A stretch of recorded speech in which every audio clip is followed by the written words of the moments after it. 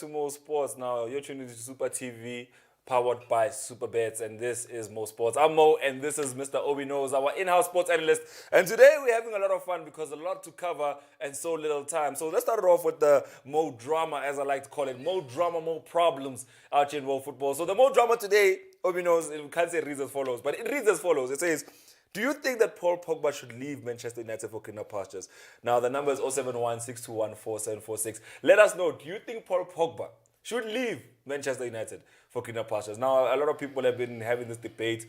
Someone was saying that the combination of Sancho and Pogba would be one made from heaven. But I want to hear what our in-house sports analyst has to say. Obi Knows, how are you? Thanks yourself, Mo. All right, cool. Before you answer that question, I forgot to ask you, what should the people expect on today's show? More drama, of course, on the show is what to expect today. We'll be taking a look at some of the world transfer news, taking a look at who's leaving the clubs and who is coming in. Of course, we've heard a lot about Jadon Sancho being finally unveiled at Man United yesterday, so we'll be talking a little bit about that. Just like Mo just said, what's going on with Paul Pogba? He's also in the news, as we'll also be taking a look at what's going on in the Gold Cup, and perhaps we'll also take a look at what to expect in terms of the Olympic football games. And talk about Pogba. Back to that drama. Tell us, boy. Should he stay? No, and you know what? Don't give us an answer based on what you've read. Give us a pure answer. I mean, he's been at United for a couple of seasons now. He's not won a Champions League, has failed to win a Continental Cup, a Premier League title. He's wasting his years. And the only trophies won with Manchester United are not with Manchester United. They're with France. When he won the World Cup and he got close to winning the Euros as well. So and the Europa. He was part of the Europa team. Yeah, he was part of the Europa team with Jose Mourinho, yes. But the question is, should he dip or should he stay? Like I said yesterday, I think he should dip. He should leave. He should leave because, simply because of the reasons, like how long he's been at the club and the difference that Bruno Fernandes himself has made since being at the club for like a season and a half. And already he's done a lot more than what Pogba has done in the past 3 or 4 years, so 5 years. So I do think that it's probably time for Pogba to go. He's not someone that they're really depending on. They bought Donny van der Beek last season. He hasn't played not a single game, rather, but he hasn't played. He really hasn't been given a chance to show us why he was brought into the team. So I do think that they still, if Pogba's giving them so much drama in the camp, it's going to affect all the other players mentally. So let him go. Let him go where he feels like. If he feels like he's bigger than the club, which he's not, let him leave and go elsewhere, because clearly they want to, start a renaissance in Paris. And it looks like there's a lot of people who are wanting him to go there as well. So why not just go? Viva la vida! Now, let's go on Obi's transfer watch and see what he's been seeing on the internet in terms of who's moving, who's shaking, and who's got their done deals. Let's start off, Obi Knows, with Kaiser Chiefs. When I hear Kaiser Chiefs in a free transfer, I quite don't think it's reality. I think that someone was just lazy to report the figures, but I hear there's a free transfer of Kaiser Chiefs. It's a free transfer, yes, and a surprising one, to say the least. I was not expecting this one. I mean, I just got into social media last night when I got home, and Cole Alexandra is trending, and I'm like, hey, Cole Alexandra, what could be happening with Cole Alexandra? And I jump on, onto social media, and I see that he's actually signed with Kaiser Chiefs on a free. And a lot of Kaiser Chiefs fans, of course, are upset about it because he's a 31-year-old player. He's well above.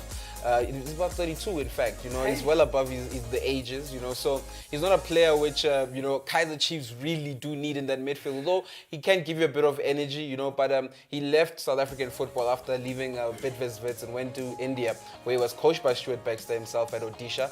He was the captain of the team as well. And after Baxter left, I'm sure, he also thought, let me also pack my bags and go back home. And only for Kaiser Chiefs to be like, hey, bro, come through.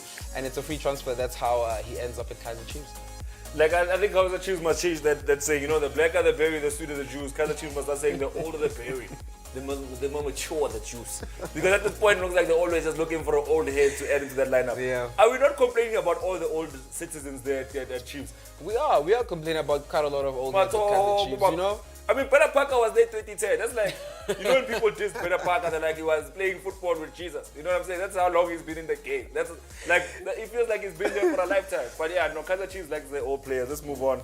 Let's not make it sound wrong. And then let's talk about Amazulu. What's happened with Kenan Buchanan? Keegan Buchanan, Keegan Buchanan, he did leave Maritzburg United mid-season last season, and of course he has been clubless. He's been spending a lot of time with family. I've been following him on social media. Also been trying to get a hold of him, but he's really ignoring DMs at this point of time. Yeah. But one thing I can assure is that I actually thought he might be looking for a club in Cape Town. I mean, Cape Town City for me, I've been saying that Cape Town City, the one thing they're missing in their team right now, after signing the defenders they had, was a central defensive midfielder who would sit alongside Tato Mukeke in the midfield. So I thought Keegan Buchanan might be their option, but clearly Keegan Buchanan finds himself at Amazulu with Benny McCarthy. And having listened to what Benny McCarthy was saying yesterday during the training sessions with Amazulu, is that the player is settling in very well. And I do think that he has a purpose to serve at Amazulu, because I've been talking about the fact that they also need a replacement for Makaula, who's a central defensive midfielder, plays alongside Sitebo, who was the Kosafa player of the tournament. So I did think that once Makaula's out, and because he got injured towards the last few games of the season, I think they were playing Pirates when they lost 1-0.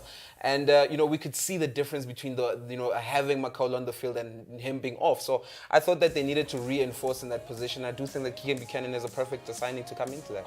All right, so let's find out if he agrees that Supersports also making the perfect signings. Do you think that they are making a good signing with this man, or? I think they are. I mean, this is a candidate rather of a midfield of the season from last season. Brandon Parisnorth from Golden Arrows. I mean, he had a breakthrough season.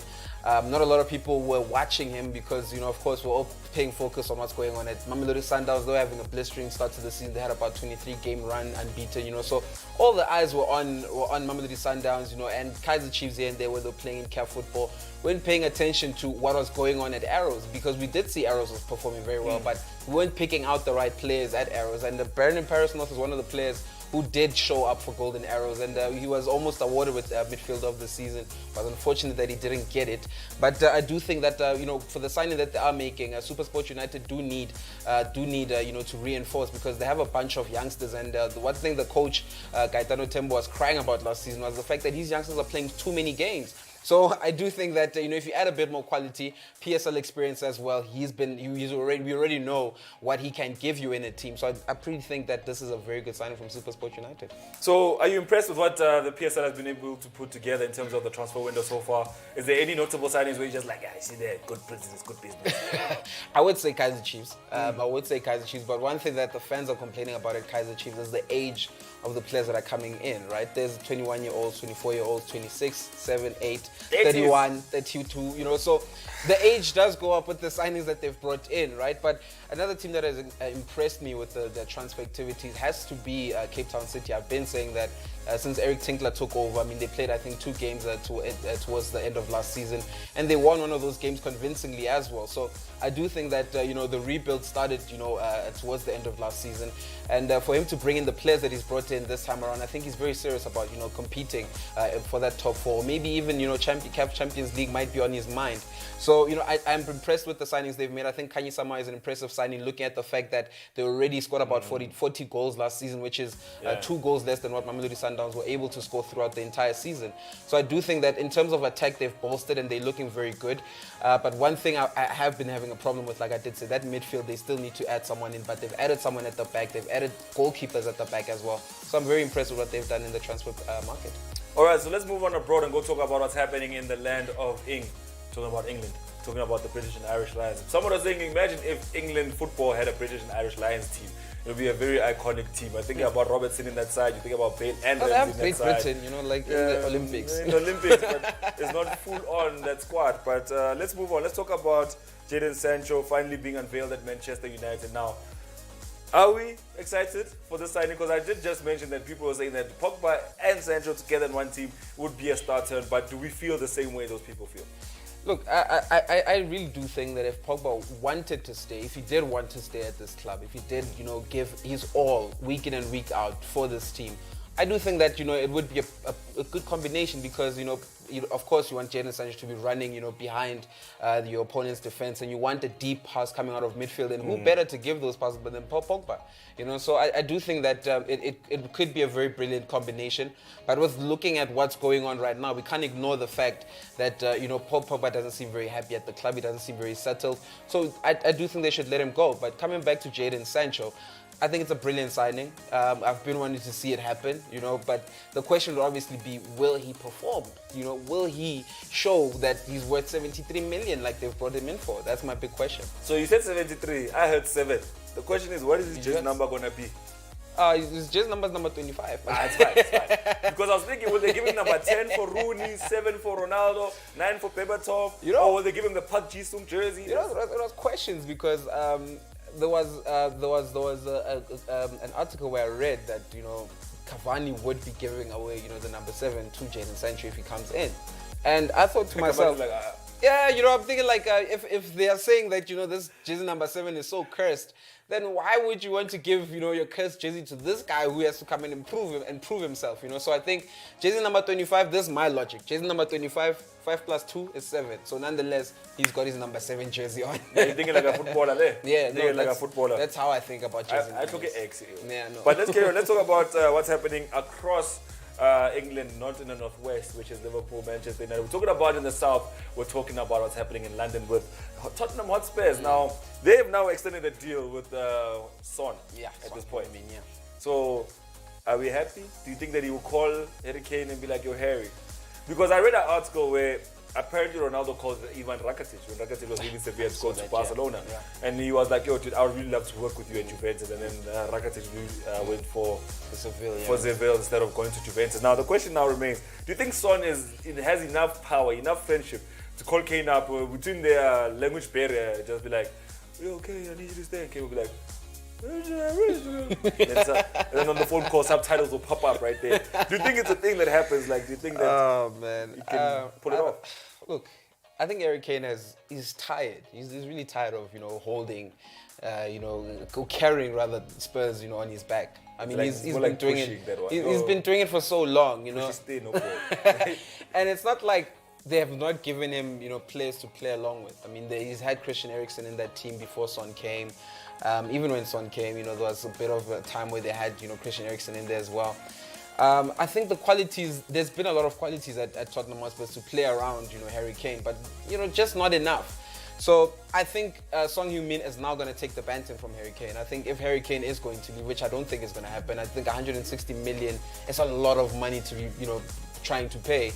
I don't think Kane is going to leave, and it's not because of Son Heung-min, but I do think that looking at, what Daniel Levy is saying, and apparently it caught them by surprise. I read an article this morning by David Ornstein from the Athletic, and he's saying that both teams were caught by surprise with this 160 million thing. They don't know nothing about it. So it was just something that was started up by the media, about this whole 160 million deal. So I'm waiting to see what's really happening in between those two sides, because I don't think Harry Kane would leave Tottenham Hotspur for 160 million.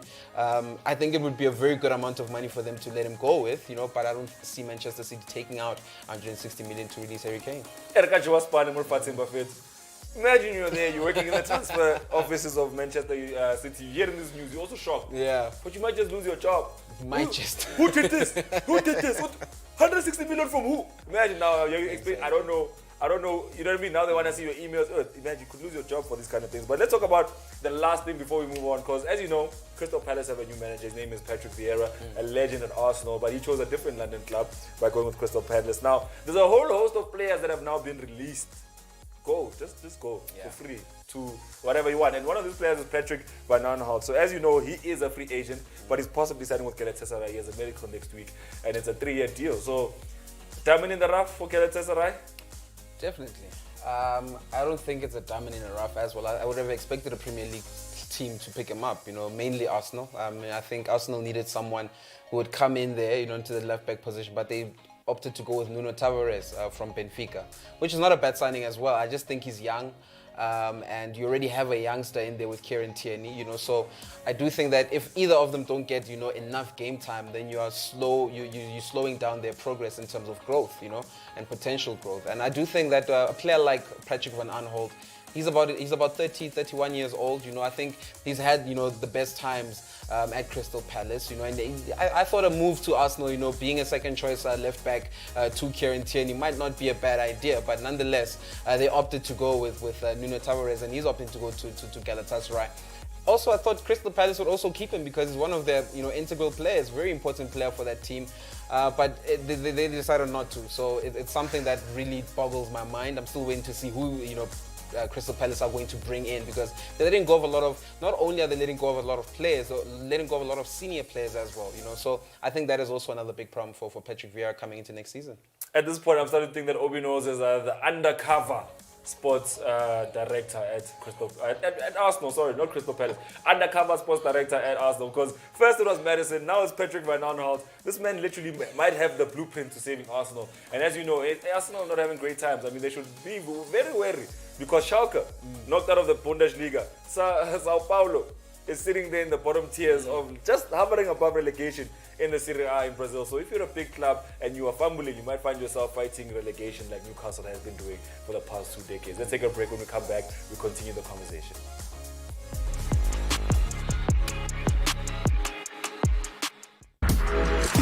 You are watching Super TV.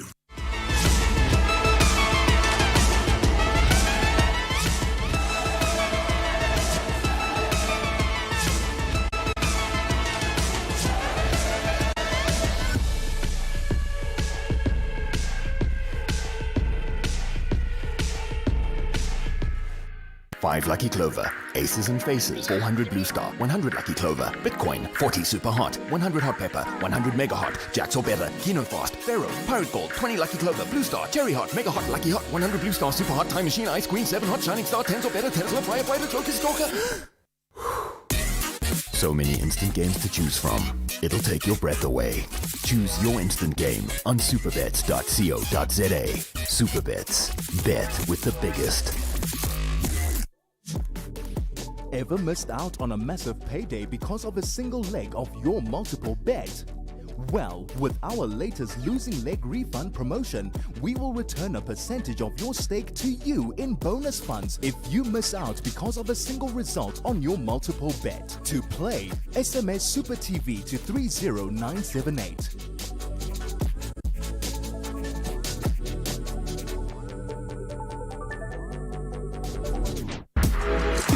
You are watching Super TV.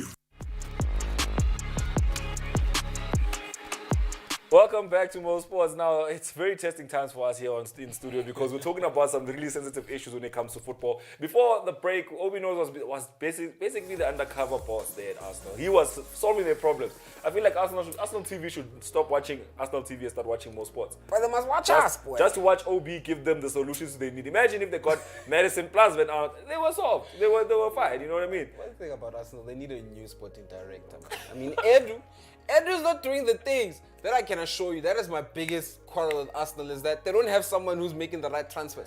I mean, let's take a look at last season.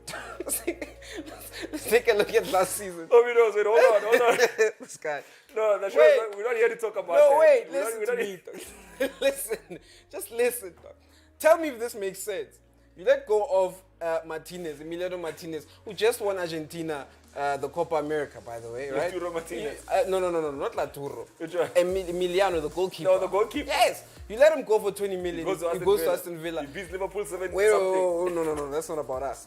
But when he gets to Aston Villa, he becomes the goalkeeper of the season. He becomes the player of the season, rather, for Aston Villa. Ne? He becomes the player of the season for Aston Villa. And now, Ben Leno is no more good enough. You're trying to bring in a goalkeeper. You want to sign Aaron Ramsdale from Bournemouth, who just got relegated, for 30 million. All right, boy. Put me in. Obino's relaxed. I got a CV. Obino's relaxed. That's all I'm saying. That's all I'm saying, bro. Don't be this guy. I love Arsenal, man. Yeah, don't be this guy. Don't be this guy. I mean, that was deep. You understand that you want the Copa America, it just doesn't make sense. Just take a deep It just breath. doesn't make sense, bro. Let's talk about Gini Wijnaldum, apparently. Like, you don't get the most. Like, you're so passionate about, like, you're also support. I think there's a couple of people in this building would be happy to see you like this. They'll be like, yeah, Obino's right. Yeah. Arsenal's business has been terrible. Yeah, it's been quite terrible. And the thing is, Arsenal doesn't quite understand how easy it is to slip from your graces. I mean, like I said, Sao Paulo is sitting just above the relegation zone in Serie A. Schalke got relegated. You know? Newcastle has not been a big club since Alan Shearer was what kicking I'm a saying? football. It's been so many years. But let's talk about Gini Wijnaldum, Mobinos. He penned a 3-year deal with Paris Saint-Germain. 3 years. 3 years. That stings. Oh, well, That stings. what, did you want it to be shorter or longer? I just wanted like a 1-year deal, then go to, to the MLS. That's what I want. For Gini? Yeah, just one The deal. energy that Gini has on the field. Go to MLS. Nah, my guy. I think Gini Wijnaldum, the concerning thing about this move for me is that the fact that he doesn't want to acknowledge that he made this move because of the money. This guy's saying, no, I made this move because I want to play for PSG. And he wanted to play for Barcelona until PSG were like, my guy, will give you double what they give me at Barca. Then he decided to go to PSG, But yeah, he came out to say that, It's not because of the money. he said, he came out to say it's not because of the money. But Is he sure though? Maybe guess. his agent was like, we'll make it obvious. Definitely, there had to be something along those lines of trying to make it obvious. But for me, it's pretty obvious. A lot of people on social media are saying the same thing. I mean, he signed with a club that really doesn't have, much of history in terms of continental football, of winning major trophies. So the question would be, of course, maybe he's looking at the players that have been signed, but he was like one of the first players to be signed. was the first big one. He was the first big collective. one. You know what I'm saying? Yeah. So I really can't make sense of it, but Gini Wijnaldum is a family guy. He's looking at the city. Paris is a beautiful city to be living in. I do think that the team also has a lot of potential in competing. We've seen them going to later stages money. of a lot of money coming in as well. So I do think that it's a good one. I mean, if you could compare this team to anything else, I would say it's like Sundowns. You go in there knowing that you're going to get a good check. And Get a couple of trophies. Get a couple of trophies. Hopefully, he'll be aiming for that big trophy, which is the Champions League. Well, the question is, will they get it? I don't think so, but I don't buy his story. Let me explain. I don't buy his story. First of all, now, PSG have a long history. I thought about it. I was like, when did PSG start signing big names? Then I thought back to Ronaldinho. They had Ronaldinho for Barca. But that was not a big name at the time. Understand? Yeah, but they had him. He was a small name. He went to Barca. He became a big name.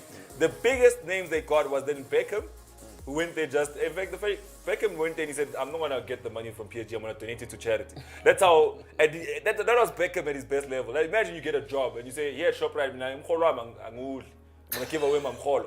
Imagine, go to KFC, working there and say that, right? That's what he was doing. He said, I don't need my money. I'll just play, because I'm passionate. And then they got Ibrahimovic. Then they got a whole bunch of young promising players. They even got Cavani in there. They got Lucas Moura in there. They got Di Maria in there. They got Keylor Navas. If you look at those guys' CVs before PSG, those were big CVs. Yeah. 3 Champions Leagues in a row for Keylor Navas. You're talking about a Di Maria who helped build, that helped Real Madrid to win La Decima. You know what I mean? Those are big players in their own right. And under Herrera, I mean, he won the Carabao Cup. I'm kidding. I just had to stick it to Man United fans a little bit. But the fact of the matter is, everybody went there, had a big CV. But you look at it now, I really do genuinely think that PSG are the modern era Galacticos. I feel like if you're too young to have seen Real Madrid at their prime as the Galacticos, this is now the team. I mean, a lot of young people now are supporting PSG. They're trendy. I mean, their kit is beautiful. They have the biggest names in football. They are the Galacticos of the this century, basically, or this decade. I don't beg to differ. I mean, I think it's very obvious that they're the galactic team, But the coaching, though. If you might be concerned about the coaching. I'm not. I think Poch is a very good coach. I've been saying it. Poch is a very good. Any coach who can take a team, like Tottenham Hotspur and take them to a Champions League final. Doc, others already did that just now, last week. So what are you saying? You say others always an iconic coach. You know why? Because his club didn't even respect him to play the final. That's how hot he is. He's So Mourinho. you're saying Zone is iconic. He's iconic because he's also won half a Champions League. He's iconic. Because Mourinho said he won half for not playing Man City. So Zwane has a half a Champions League title. Okay, you can But say the thing that. is, Pochettino, Poch is. Pochettino went to the Champions League and lost it in a minute. He lost the Champions League in a minute. And all because he got Lucas Moura got him to the Lucas Moura dragged that team kicking and screaming into the final. That was supposed to be Ajax Amsterdam's final against Liverpool. Sure. But Lucas Moura dragged them kicking and screaming. Then you go to the final, you bench him. You're like, Kane, come back from injury, go play. I get it, but he's still a very good coach nonetheless. He's still a very good coach. I do think that he can do something at this team, right? But I just wanted to raise a point and say, you're looking at, that Real Madrid Galactic era, look at the players that they were signing at that time. They might have been very good players, right? But not all of them had a very huge CV. I mean, David Beckham had a huge CV, but Ronaldo was only coming into, he was a promising player who came from Inter Milan. He had a problem with injuries, and you bring him in. Nazario, yes. At that time, when the Galactic era started, you didn't have a lot of these. You had talented players who were big names, but didn't really have a lot of silverware in their bag. This time around, you look at PSG. They brought in a player. They brought in a Donnarumma, who just became player of the tournament at the Euros. They bring in Gini Wijnaldum, a Premier League winner, Champions League winner. You bring in Sergio Ramos, my guy, someone who's won how many trophies. So they bring in a winning mentality into this team. Hopefully that. I don't want to argue with you, but it's my job to do. Oh, they also have a World Cup winner in there, my guy. Who? Mbappe? Kimpembe? You don't count Kimpembe? Even him. Okay, now wait, hear me out. Real Madrid had Raul, had Guti at that time. Understand? They had that guy who's a ratio. I'm not sure how you spell his name, but he was a centre back, Herrero or something like that. Herrero. Yeah, Herrero. They had Vicente Del Bosque. Now, a lot of people do argue that without Vicente Del Bosque, the Galacticos would have never worked. Because at some point, they signed Figo and they signed Beckham, who did the exact same thing. You know what I mean? So looking at how they won the Champions League, that 9th Champions League title that they won together as the Galacticos, you're looking at a goal that was just it was magic from Zidane, that goal. Against Leverkusen, where he hit that volley with his left foot. I mean, some commentators, when they describe that goal, they get teary-eyed because of how beautiful that goal was. Now, you need to understand that Vicente Del Bosque was the glue that made all of that work. Once he left, they went into a slump. They had to wait until Carlo Ancelotti came and made it work with Di Maria to win the Champions League. You understand? The Decima took a while to happen because after Vicente Del Bosque left, he glued all those stars together.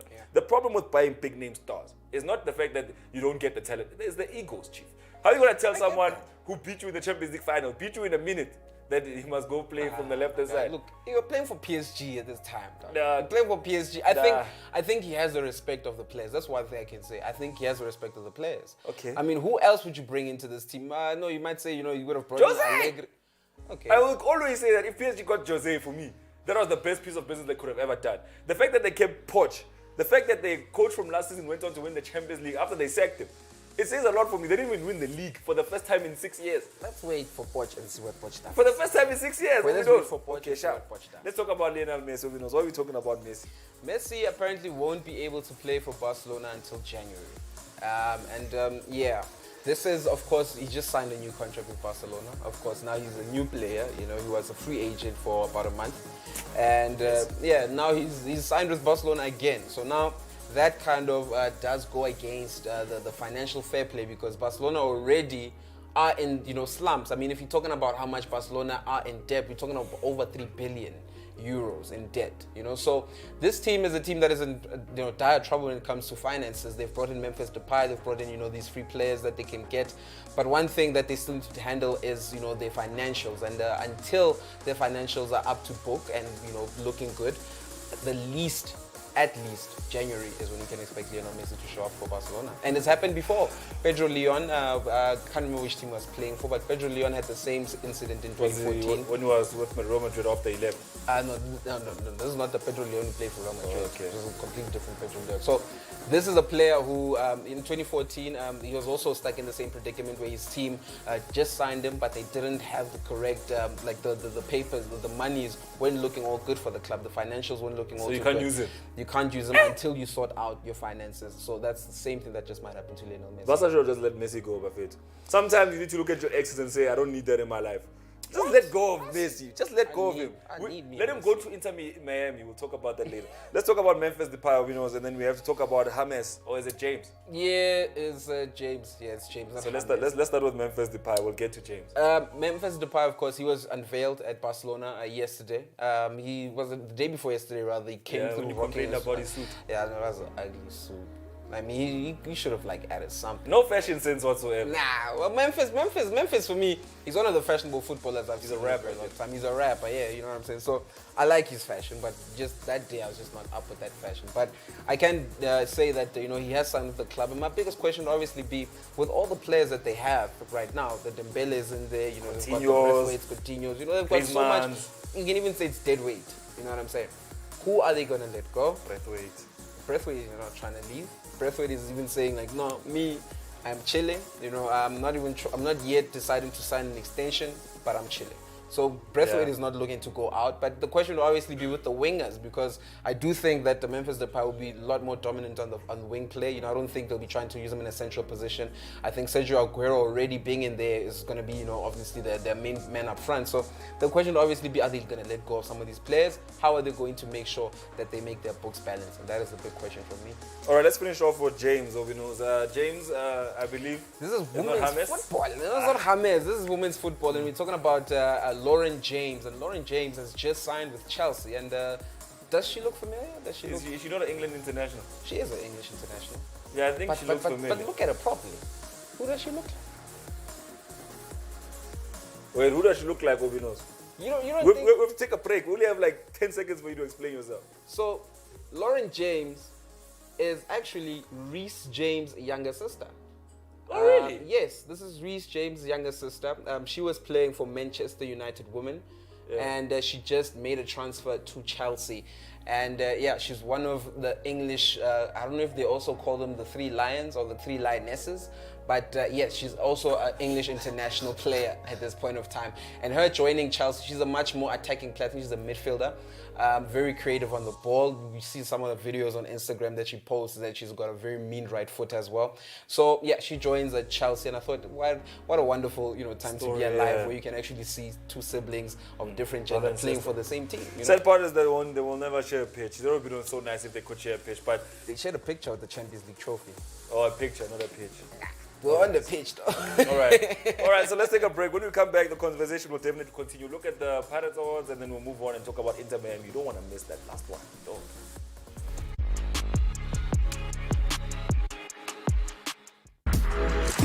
You are watching Super TV. How to register a new SuperBets account. SMS Super TV to 30978 and you will receive an SMS with a sign-up link. Click the link you receive, which will direct you to the SuperBets mobile site. Click login. On the pop-up, click register now. Fill in the required details on the form, from your ID number all the way to your contact details. Be sure to choose a strong password that you will remember. After filling in your details, click submit. In a few minutes, you should receive an OTP if your details were entered correctly. Back onto the SuperBets mobile site, type in your OTP. In a few seconds, you will receive a welcome SMS confirming your new account. A 50 Rand sign-up bonus will reflect in your account within 24 hours of your sign-up. Welcome to our family. SuperBets, bet with the biggest. Sabawali winning ticket.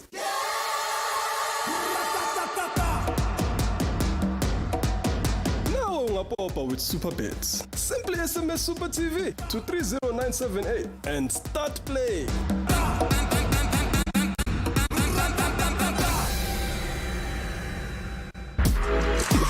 You are watching Super TV. We're gonna go on the fourth segment on the website. Welcome back to the show. As you can see, Obi Knows was landing a flight just now, talking about landed right here. That flight was World Football and the Beautiful Game. Welcome to the show. My name is Mo, and this is our in-house sports analyst, Mr. Obi Knows. He's telling it, land up more! You know what I mean? Those are jobs that need like people of comedic nature. It's more! Hey, wait. I was thinking about it. Have you ever taken a flight, Obi Knows, just anywhere in the country or abroad?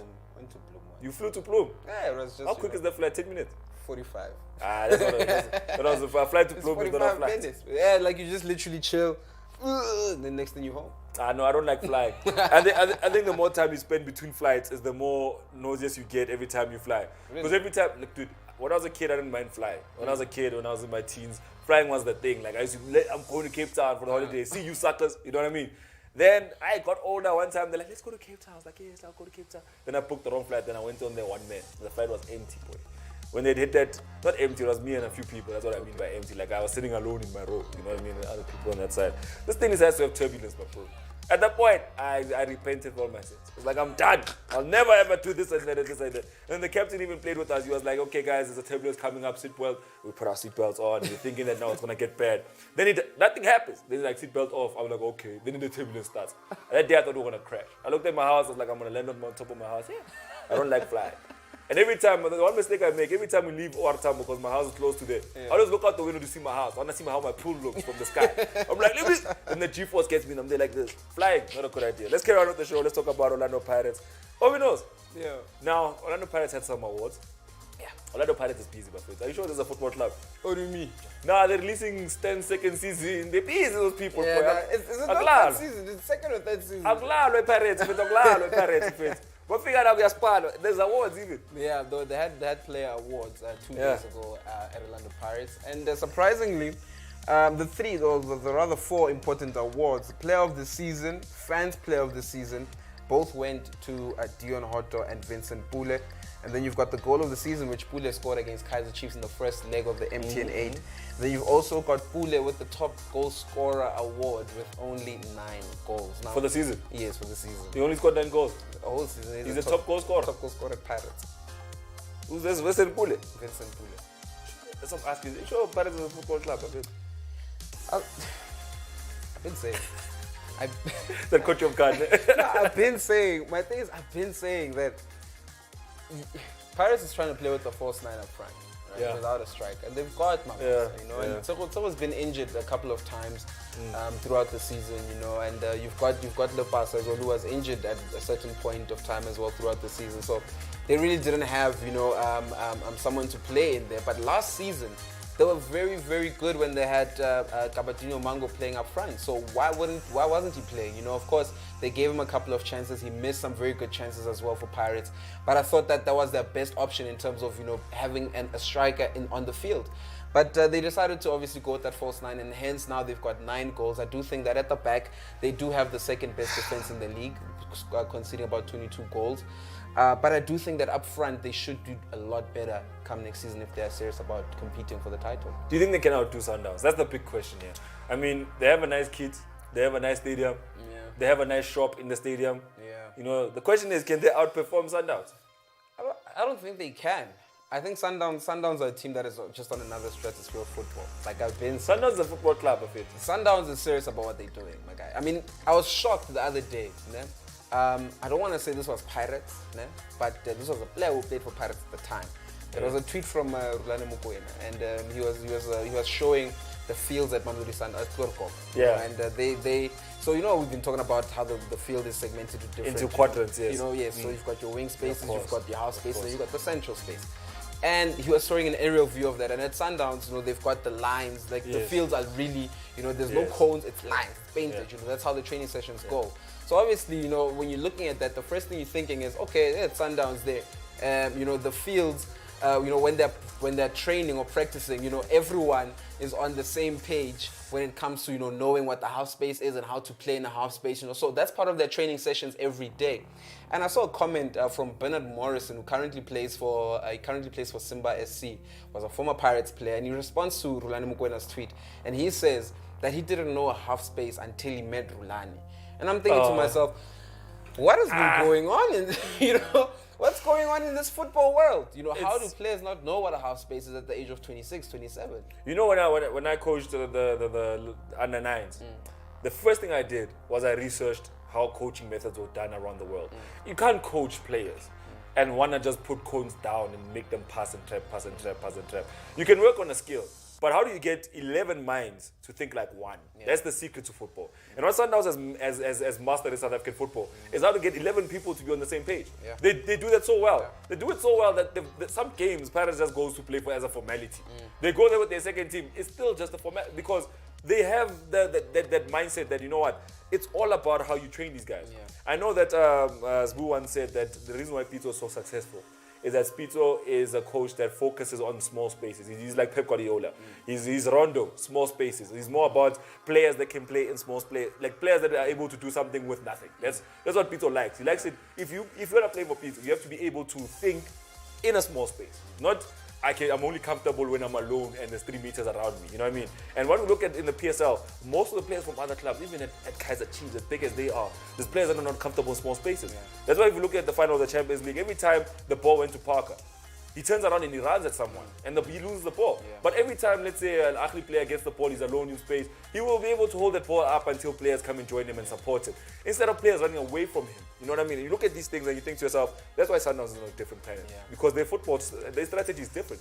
Even the way they trade. That's really why I don't think that Pirates can be able to catch up with Sundowns. I think Sundowns is just, with the additions that they've made in the team as well, I think they didn't even need to make those additions. You know, they've monopolized it. They're the ESCOM of this. You know what I'm saying?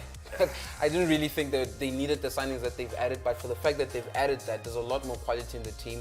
And it's undoubtable quality as well, because we've seen what Kutumela did last season. We've seen him doing it at Baroka before going to Pirates as well. So he's a player who's proven himself. So I don't think that there's any team right now in the PSL that can actually push Sundowns to the absolute limit. I mean, Amazulu tried it, they failed. But to the absolute limit, I don't think there's any team that can do that right now. I think at this point, Mamelodi Sundowns are playing alone.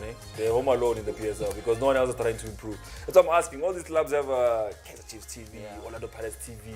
They have a show coming out. They've gone so much into the commercial side of the business that they've forgotten what was the bread and the butter. And when you look at Mamelodi Sundowns, their job is de-skin fit. So even throughout their satellite teams, like their satellite teams are doing way better than teams in the PSL. I've seen boys that play for those satellite teams who knows the ball does not leave the floor. You'll never see someone crossing the ball for those sides. You wonder, how are these boys be able to move this?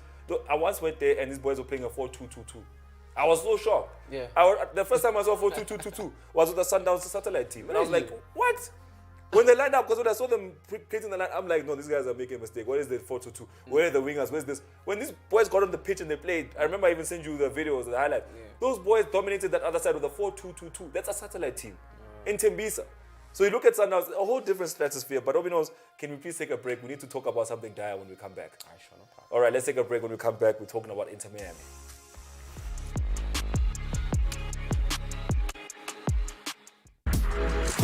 You are watching Super TV.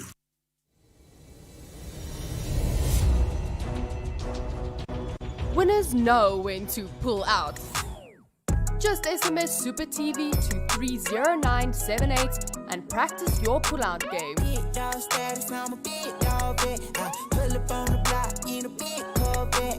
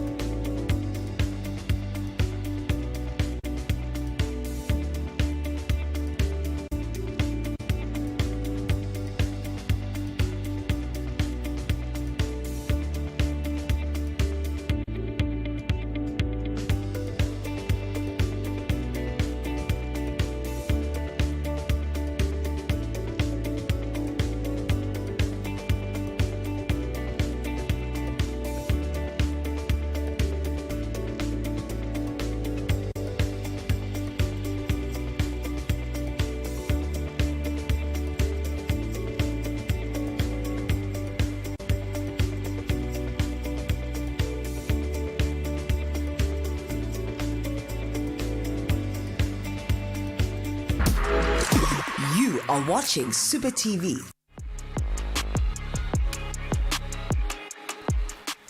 Welcome back to Mosports. Now, if you're just joining us, we've talked all things football here on Mosports, and we forgot a couple of things. The first thing is, if you want to contact us, the number is 0716214746. If you want to then not call us, WhatsApp us, you can always send us an SMS at Super TV. That's 30978. The number is 30978. But today, on Mosports, we're gonna do something that we've never done before. I mean, a lot of leagues we've looked at around world football. We've looked at everything. I mean, we've gotten so petty. We once looked at the Copa Libertadores, who's currently in their quarterfinals at this point in time. But we've never looked at North American football. I feel like North American football for football fans is like, I know we don't need to see that. We don't need to see all that action. We're fine with that. But some drama is unfolding over those now. In 2018, on the 29th of January 2018, a team was founded by the name of Inter Miami. Now, this team was founded by under the guys that it was David Beckham's team. Everybody was like, David Beckham's founding a team. He's saying that the city of Miami needs a football team in the MLS. Because if you know the city of Miami, I mean, it is the place to be for party goers. You can even see there's flamingos there, man. There's also 2 stars. They haven't even started playing football. There's 2 stars already. But the thing I found very interesting was that it's Club International de Football, you know? And I was like, is it Beckham English? But Beckham is not the only owner of the club so far. You know, there's a couple of other owners. But all we know is Beckham is the president of the club. We've spoken in depth about club ownership. So since 2018, hasn't been looking good for Inter Miami. Yeah. And since, you know, in America, nothing works the way it works around the world. Yeah. I mean, for them, even if they last on the league, they're not getting relegated. But let's talk about what we thought when he announced that he's owning a club, he's starting a club. What was your initial thoughts for David Beckham? I thought a galactic team of old people. So I thought this guy's really gonna pull, you know, the big names, the big old names, the likes of Sergio Ramos. Exactly. I expected those names to be the names that would be, you know, joining Inter Miami. But then he brought in the Blaise Matuidi. I was like, okay, I see you, you know, bringing Blaise Matuidi. He brought in Gonzalo Higuain. You know, he brought in another Higuain, a bald one. I just forgot his first name. Federico Higuain, who's a very important player in that midfield for Inter Miami as well. But I really didn't, you know, expect much. I mean, I just thought that he would be, you know, pulling some of these big names, these big old names, you know, who are just, you know, looking to retire. So I didn't really expect much from Inter Miami, but I did at least expect them to be some sort of a success story, you know, coming out of the fact that David Beckham is the owner. You know, we know how much, you know, David Beckham is one of, you know, I'd say one of the most wealthiest footballers, you know, if you bar Ronaldo and Messi, you know. So I do think that I expected a little bit more, but at this point, it's not the goal to good for them. We're talking about David Beckham that not only played for Manchester United, which was the biggest club in the Premier League at the time, moved on to become a Galactic, playing for Real Madrid when they were forming the Galacticos, went on to play for LA Galaxy, not once, not twice, but 3 times, in between going on loan to AC Milan and going on loan to PSG, then making a permanent move to PSG.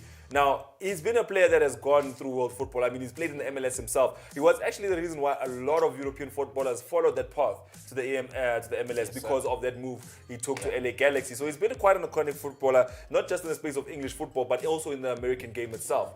But let's show you what's happening at his club. Let's look at the health of Inter Miami right now. So let's go to the website. Let's go see if we can find if the website is even like, let's see MLS. Let's go find out. Who knows? Let us start by going to match info. Right there. Let's go to statistics. At this point in time, if you're a Beckham fan, please brace yourself. I mean, we're not saying it's bad, but it's new. Let's go find the United States at this point. You just want to say USA. USA. There it is. Arab Emirates. Yeah, boy, here we have everything. Major League Soccer. Oh God, it's Major League. So as you can see, the New England is sitting top of the league. They have 30 points. This is a team that just beat Inter Miami a whole 5-0. Now, let's go to the fixtures because they're playing in the Eastern Conference there. Let's go to the fixtures. Let us look at the previous. Oh, can we look at the previous one? Maybe this is the previous one. Let's go down. There it is. Montreal beat Miami 1-0. Don't forget that Inter Miami is the only team out of Miami. So as you can see, they got beaten 1-0. Let's go down. New England beat Columbus. Let's go down again. There's New England versus Toronto. Los Angeles versus Austin. You see, like, we're not seeing. Wait, let's go down. Let's go down. Let's not be shy. Atalanta, this is months ago, right? Let's just bring it too close to now. So this match took place this week. So New England, there it is. We passed it over, scroll up. So as you can see, New England beat Miami 5-0. That's the result that I'm talking about. The one that I said, brace yourself for. But Obi knows, I'm sorry to do this to you. Let's go back to that to the tables one more time, just so we can see the league position. I mean, it's something that needs to be discussed. League position, top of the tables. Now, like I said, in the Eastern Conference, as you can see, New England is leading the pack. let's go all the way down to the bottom of this league. So we have to go all the way down past everybody. Toronto, Chicago. This is what's happening with Inter Miami at this point in time. They're sitting on a goal difference of -13. They have 8 points so far this season. Let's click in there, just to show you just the condition of the club that has been started by David Beckham. Their coach is Phil Neville. You should know Phil Neville. He's Gary's brother, but not only that, he's the guy who was coaching England women's national side. Let's go down. Looking at their recent form, 0%. All of the games they've played so far have been losses. They've only won 2 games this season, drawing 2 and lost 8. Let's go down, Obinos. As you can see, New England beat them 5-0. Montreal, Orlando, not Pirates, made them a whole 2-1. DC United beat them 1-0. DC United beat them 3-0. All in the MLS. Chicago also went and collected points. But looking at this, I mean, let's go down. They have a lot of South American players. They have a lot of... Karen Gibbs is also there. One of the first names that will shock you. Another one that will shock you is former Stoke City defender Ryan Shawcross. He was in that 11 that got beat. Federico Higuain that Obinos was talking about is in there. Blaise Matuidi also in there. Now let's go down. Breck O'Shea. And then there's Gonzalo Higuain. Now, the funny thing about Gonzalo Higuain, he has 5 goals for the season. Let's go down and see. Okay, he has 5 goals for the season. That's the most goals that in the whole club. But catch this. He's the only player to have scored more than 1 goal for the club this season. Only player to have scored more than 1 goal in the club this season. Let's go down. This is worse than anything we could say about any of the South African clubs. But this is their usual lineup. As you can see, there's Ryan Shawcross, there's Blaise Matuidi, there's Gonzalo Higuain, obviously, Luis Morgan, Pizarro in the midfield. But it looks like it's not working. But Obinos, let's put it away. Let me talk to you about these guys started off in 2018. They've been coached by 2 coaches so far. Now, both these coaches, Diego Alonso and Phil Neville, right? Diego Alonso's winning ratio by the time he left, his winning ratio was at 29.17%. Now Phil Neville has come in, his ratio is at 30%. Right now, 30%. These are numbers that you can't even sup at some schools. You can't sup at all. I mean, there's something about the Neville brothers and coaching it, but just stay away from it, eh? Like, remember Gary Neville's thing at Valencia? Yeah. Oh my goodness, that was a terrible thing. Valencia were in the bottom half, in the bottom, the pits. My God, they'd lost almost every game they'd played under Gary Neville. So I do think that maybe the Neville brothers should stay away from coaching, but nonetheless, it's not looking all too good for Inter Miami, and for the fact that, you know, it's their 3rd season running now, and they still don't have a shirt sponsor. I think that says a lot. You know, it says a lot. The team that doesn't have the simple necessities of running a team, like a simple shirt sponsor, they don't have it. You know, so I do think there's a lot of work that Beckham still needs to do at the club. For the fact that he can't get relegated, you know, I do think that's something. Spoiling them. You know, it's spoiling them. It really is spoiling them. But it is one of those things. You know, in American sports, you know, it's one of those things. American sports is so closed in, and for football to also be the same thing, I think it suits them best. You know, it suits them best because it's the only way they understand sports, and that's completely fine with me. So I do think that David Beckham does though have a lot of work to do with this club. David Beckham should have went for Rafa Benitez, if you ask me. I mean, look at Diego Alonso's record. Listen to this guy's career. I'm not going to name the clubs, but the first club he coached in 2011, he was fired after having a 36% success rate in terms of wins. The next club was 51%. The club after that was 12%, 46%, 42%, 52%, 29%. This is the coach that you're taking to coach your club. The first coach you're taking, his overall success rate, win ratio, is at 44.4%. Yeah. You are taking this guy to run your team. Then you're taking a Gary Neville, fine, a Phil Neville that coached the England's women's side. His winning ratio is 54%, but that is in the women's game. You know what I mean? And not only is it in the women's game, that's at international level, it's not at club level. You didn't see these players every day. You saw these players every competition. Now, that for me is saying that Beckham definitely needs to change something. He needs to do something at this club, but he's not the first club and he's not the last club we'll be looking at that is struggling, that is in the world of football. Like I said, the Serie A at this point, they have Sao Paulo that's sitting all the way down there in the pits. Obinos, before we wrap up, last thoughts?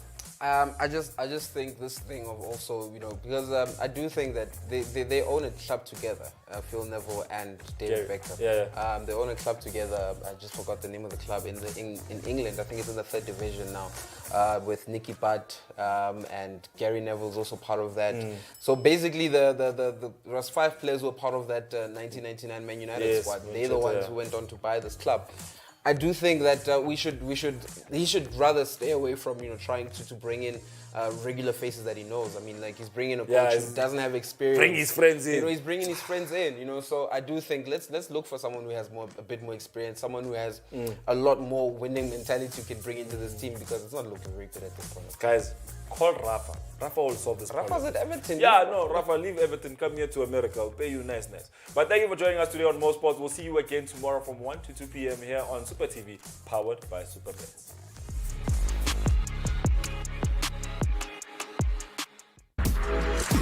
You are watching Super TV.